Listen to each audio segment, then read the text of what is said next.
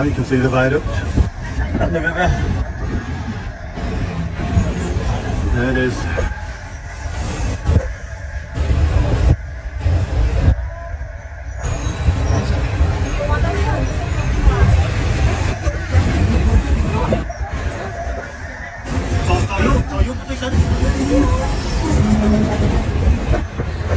Still buildable.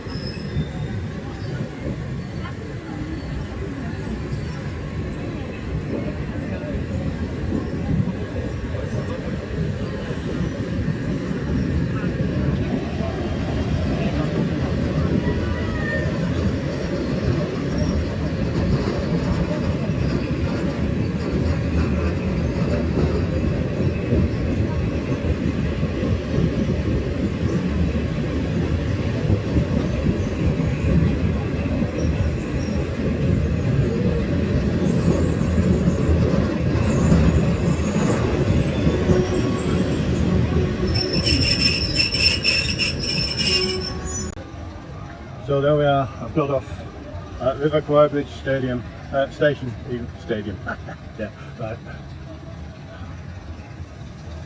And there we are. So we'll walk back to the bridge.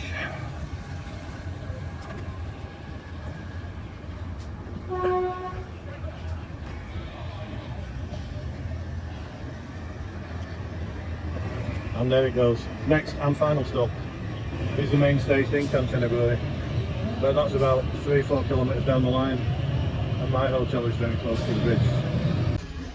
So we're downstairs now, and partly we're down the valley that was dug for the original wooden bridge on the railway, and this is it. Here we have the opening bits of the original wooden bridge. Naturally it's not all of it isn't there anymore, but this is the original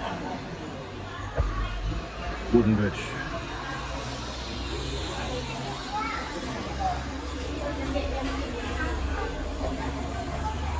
And there's as much, oh, I've even got some shells from the artillery pieces. The whole point of all this, of course, is that they call it the bridge on the River Kwai, which is because the person that built the original book didn't actually know the name of the river, and he knew that further on up the railway hugged the bank, what was known as the Kwai Noi River. And essentially this river that they're crossing here was not the Kwai, it was the Mai Klong. And those of you who are watching the rest of the videos I've done will notice that Mai Klong is the river that flows through that market town where the train goes right through the middle of the market. It's called the Mai Klong market train. Here we have, these are the carts that we used to take the prisoners of war up the railway and drop them off at the work camps. Oh, now look at that, that is a motorcycle. It's basically a pedal cycle that's had a motor put at the bottom. And they think all these electrically assisted bikes that they're using nowadays are a new invention. Wrong.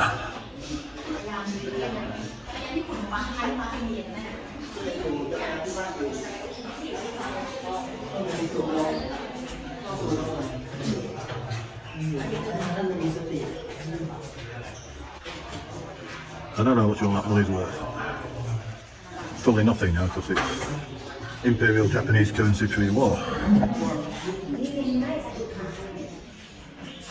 But there's a hell of a lot of it. Here you see the representation of the Americans bombing the centre of the original bridge. So as you can see, there's the bow-shaped spans, and here you can see the original two bow-shaped spans in the middle have been bombed into the river. Good meal because it's even got the people in the river dead, and the people on the bridge when the bridge was being bombed, who would have of course been British, Australian, Dutch prisoners of war. I think the point that's being made here is that by bombing the bridge, the Americans killed a lot of Allied soldiers as well. Well, Allied prisoners of war, as well as destroying the bridge. Although, whether in the end it was a kindness to do that, rather than having suffering for the rest of the year and the rest of the campaign, that is a matter for your own personal ethics, I think. And that's the ultimate view of the bridge that people will remember. The iconic curved girders and the two larger spans in the middle, which were the square girders that were put in there following the original centre of the bridge being destroyed by American bombs. I was reading up in the up at the Konyu cutting yesterday that there is a memorial in Japan to the Japanese soldiers, about 2,500 of them I think, that died building this railway, because they was, well, not as susceptible, but they were still susceptible to the same sort of diseases that killed the British and Australians and everybody else in their thousands.